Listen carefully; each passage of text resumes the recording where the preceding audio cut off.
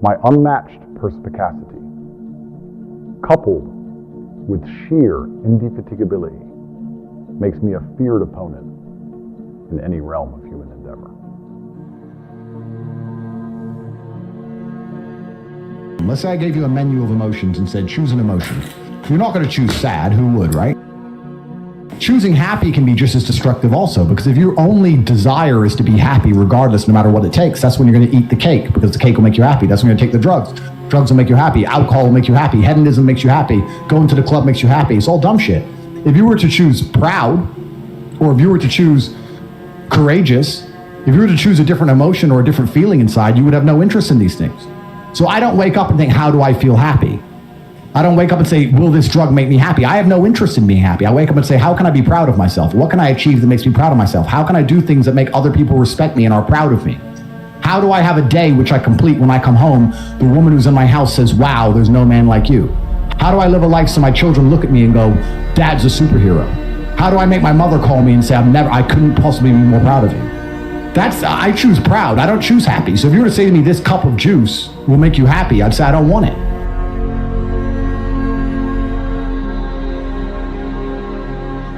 Anyone who's watching this, no matter what problem you're facing in your life, there's only one answer: work. Work harder. It's actually funny, and I've said this before, so I'm going to say it again. You can also take the antidote before the poison. If you're always working as hard as possible, it's actually very difficult for bad things to actually catch up with you. You can take the antidote before the poison. Most people don't even work very hard. You don't work hard. Not fucking at all. You don't do fucking nothing. You get paid a bunch of money to sit around here and talk shit. But even the people at home, you think you work hard, you could work a lot harder. Hard work's always the answer, my friend.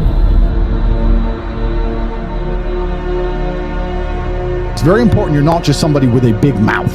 You have to have some genuine things to back it up. Substance. And I feel like a lot of you didn't have a present father or a strong father figure to emulate, so you have no frame of reference for masculinity. So you see these idiots with a big mouth online, you think having a big mouth is going to be enough, and it's not enough for God. It's not enough for the reality of the world, because if you walk around with a big enough mouth, eventually you're going to get checked, you can get the shit kicked at you. Yep. And it's also not enough for females. You need to understand that if you convince a woman you're high value with your mouth and your mouth alone, sooner or later she's going to realize you are a liar. And that is when she's going to leave you. So if you're sitting at home thinking, well, I had this girl, she thought I was the man. A few months later, she's not that interested in me. Yeah, because she got to know you better. She saw behind the bravado, and she saw that you don't really have any genuine real world achievements. You haven't really done anything that's super interesting. You have to do things that make men respect you for women to respect you. And usually those things require a degree of bravery. Men have always been respected for our bravery. We did the brave thing, and it is the brave thing on the other side of fear, which is going to build your character and build your internal self-belief, but it's also going to build a magic inside of you that a woman can see when she looks inside of your eyes. It's also going to build a magic inside of you that people can see when they look in your eyes. When people look in my eyes, they know I've been brave, and they know I'll be brave again, and they don't want to test my bravery because they know it exists, and they know it's been tested, they know it is real. So this is very important. People confuse this and say, oh yeah, confident men don't talk, confident men don't brag. And they're saying that because a lot of people who are bragging have nothing to back it up. Once again, I slightly disagree. If you have enough to back it up, you are allowed to brag. But you have to make sure there are real world achievements and you're not living in any kind of delusion. Absolutely everything as a man is your responsibility. It's your responsibility to become your best and brightest version of yourself. And you're not going to do that simply by talking it into existence. You need to live it into existence. You need to go out there and do things which are genuinely difficult, genuinely stressful, which are genuinely scary, so you can become the man you want to be. So you have to take responsibility for these things, and you have to seek them and choose and find the correct difficulties for you to overcome so you can build a character worth having. It's the information that you absorb and what you do with it that will ultimately mold and shape who you want to become. So every single one of you who is watching this, you're in the right place at the right time. We're going to give you some very important information today.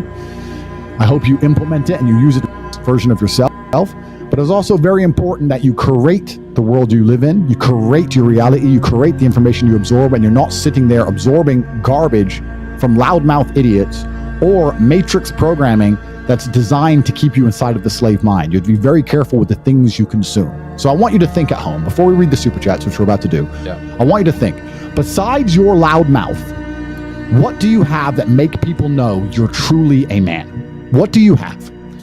I can name some things, right? People walk in my house, they can see, okay, I'm financially successful. They look at my body, they know I'm motivated, disciplined, I'm extremely strong. They look at my world title belts, they know I can fight. They look at the woman on my arm, they know that I am worthy of respect because she treats me with absolute respect. They look at my network, they see that men treat me with absolute respect. I don't have to open my mouth and people can instantly look at me and go, okay, he has X, Y, and Z. If you couldn't talk, you put on a t-shirt, you put on some jeans, and you can't talk, and you're walking around the world, when people look at you, why do they see you as a high-value man? Do you have anything you project? Do you project true bravery? Do you project true confidence? Or do you need to talk to try and convince people of these things? They say confidence is quiet. It can also be very loud, but you don't want to live in a delusion. That's the first thing. So I want every single person here who's actually taking notes to think, if I can't talk, how am I judged? If I can't speak, what do people think of me? How am I projecting my value to the world if I can't say a word?